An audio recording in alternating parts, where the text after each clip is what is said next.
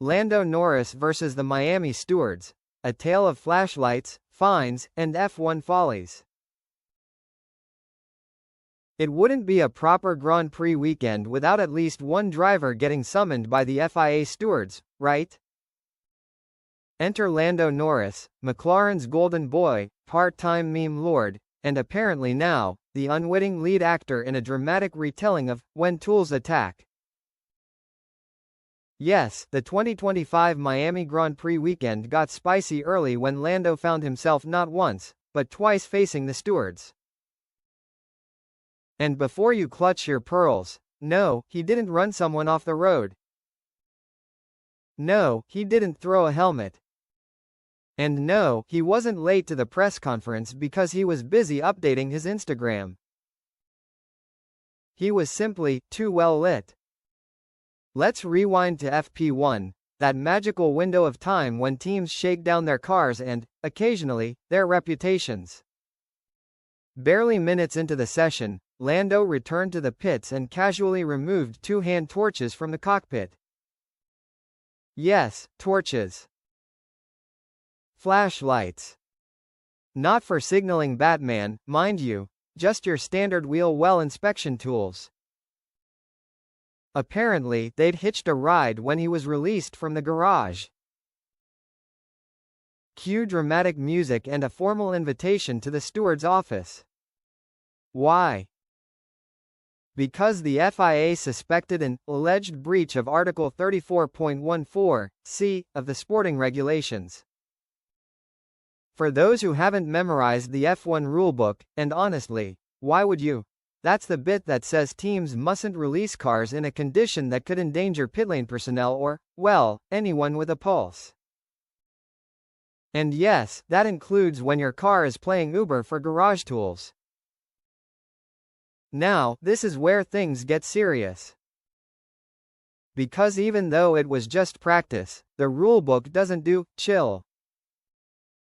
Had the stewards taken a harsher stance, Lando could have faced a grid penalty on Sunday, all for what was essentially a flashlight faux pas.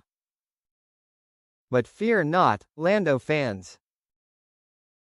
After reviewing the footage, radio chatter, and probably a few memes, the stewards ruled that a warning was sufficient. McLaren, to their credit, came clean faster than a Red Bull pit stop. They admitted it was a genuine mistake.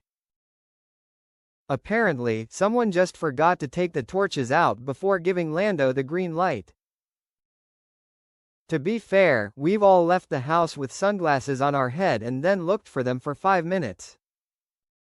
Except in this case, the sunglasses could have caused a high-speed carbon fiber catastrophe.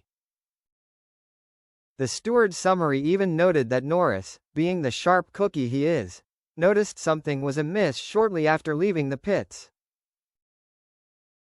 So he did what any sensible driver would do. Secured the rogue torches and headed back to the garage nice and slow, like a responsible adult on a test drive. So no penalty, just a metaphorical slap on the wrist. But that wasn't the end of Norris's misadventures. No, the Miami drama gods were just getting started. Later that same day, Norris found himself part of a second incident, this time with Alpine's Esteban Ocon. No, they didn't collide. No punches were thrown. But there was a classic case of, why didn't anyone tell me he was coming? The scene, Norris was storming down the track like a man on a mission. Ocon? He was having a calm little drive, being fed technical instructions by his team over the radio. Which is lovely and all, except that no one bothered to mention that a McLaren missile was approaching rapidly in his rearview. Cue awkward moment.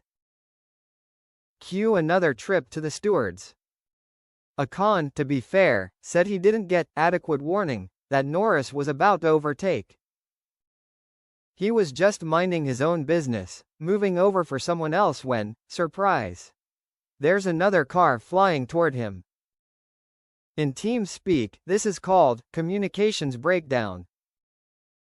In fan speak, it's called Facepalm. Haas, Ocon's team, yes, it's still a thing, confirmed that yeah, the radio call came way too late. And while Norris dodged a penalty, again, Haas didn't get off so easily. They were slapped with a €7,500 fine, which, in F1 money, is roughly the cost of a team-branded water bottle and 3 rolls of carbon fiber tape. The stewards pointed out that the blame fell mostly on the team for failing to alert Ocon properly. Still, Ocon didn't entirely escape scrutiny. They noted he made a last-second swerve off the racing line, after the impeding had already happened. Which, to be honest, made everything worse. Think of it like someone trying to dodge traffic after getting hit. Intentions: good.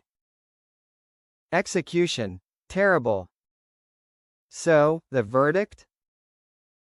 Warning for Ocon. Fine for the team. And Norris? Well, Norris walked away clean again, probably wondering why he keeps ending up in these meetings despite doing absolutely nothing malicious. Maybe it's his face. Or maybe it's the fact that he keeps getting caught up in situations that scream, "You couldn't make this up." So to recap, 1 flashlight fiasco, 1 almost accident, 2 steward summons, 0 penalties, and 1 hell of a start to the Miami weekend. Oh, and did we mention? This was all before qualifying. Imagine what the race might bring. If the FIA keeps this pace, they'll need their own paddock hospitality suite, complete with a coffee machine and a revolving door.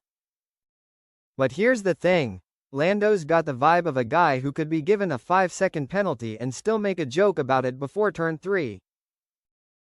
He's become the poster boy for accidental controversy. Never malicious.